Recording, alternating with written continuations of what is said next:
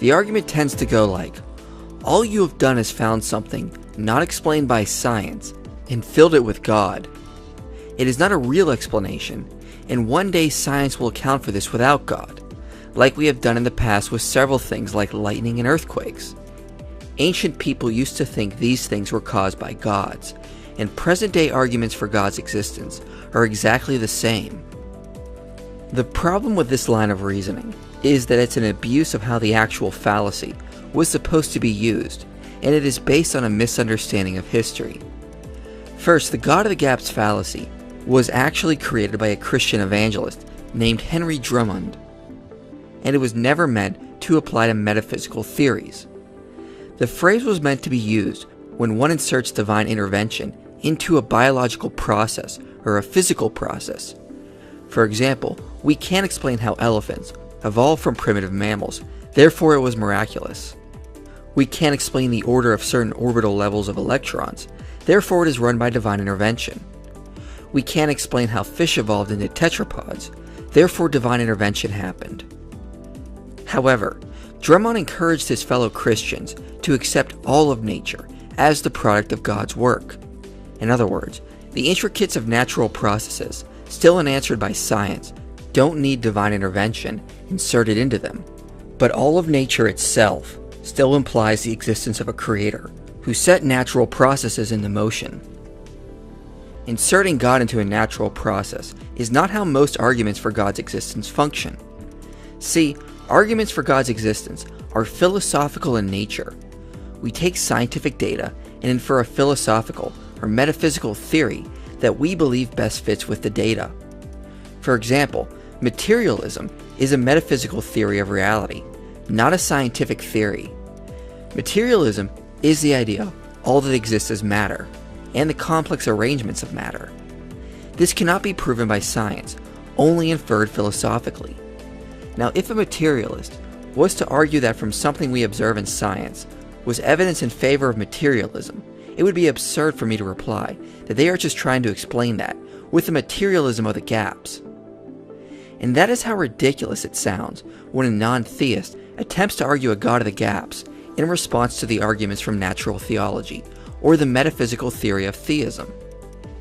Theists are not actually arguing from a gap in a natural process, but arguing for a metaphysical theory of reality, which attempts to explain why there are natural processes, or what is the best way to explain reality. Metaphysical theories attempt to explain all of reality and what reality is. When a theist argues God exists from arguments used in natural theology, one is not arguing from a gap in our knowledge with regards to how natural processes work, but arguing a whole scientific process or certain data infers a theistic worldview. That is by definition not arguing from a gap, but arguing our full understanding of science infers a theistic worldview. For example, cosmological arguments do not argue for a gap in the evolution of the universe, but they argue the universe, as a whole, has a necessary and sentient cause. Teleological arguments do not argue from gaps within physical processes, but argues the fine-tuning of the universe, as a whole, leads to design. Saying these and other similar arguments, or arguing from gaps, would be as absurd as saying the theory of gravity is a gap filler until we find a better explanation. The theory of gravity, which almost everyone accepts, is the best way to explain certain observable phenomena. We have observed data in physical reality and came up with a theory of gravity to best explain this data. It would be absurd for someone, like a flat earther, to say gravity is just a gap filler, and that we can't explain why objects fall to the earth, so we have just inserted our made-up theory of gravity into this process. A logical person would just respond that gravity is simply the best explanation of observable data. If one day we find a better explanation, then it will replace gravity, but currently it is not just a gap filler. And when theists argue that all of reality is best explained by theism, we are not arguing from a gap in our knowledge with regards to physical or biological processes. We are arguing like one argues from the evidence for the theory of gravity. Also, we should note science is not burying theism. The best arguments for God's existence have come about from modern advancements in science from within the past 100 years. So the current arguments for God's existence don't compare to ancient beliefs in natural gods that cause lightning or earthquakes. The more science reveals, the more evidence we have for God's existence, as I've argued in past videos. When non-theists try to use the God of the Gaps argument in response to natural theology, in reality, they only shoot themselves in the foot. First, saying evidence which implies theism will be overturned by people in the future is nothing more than arguing a future humans of the Gaps argument. One is essentially saying, I don't know the answer to this, but I know more intelligent people in the future will have an answer, and I know it will fit my worldview of non-theism. Instead of offering a better explanation of the data to counter theism, one has filled a gap in their worldview with the unknown knowledge of future humans.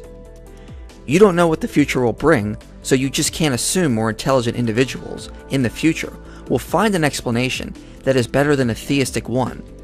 This is just an attempt to ignore a clear problem for a non-theistic worldview and hoping and believing it will one day go away.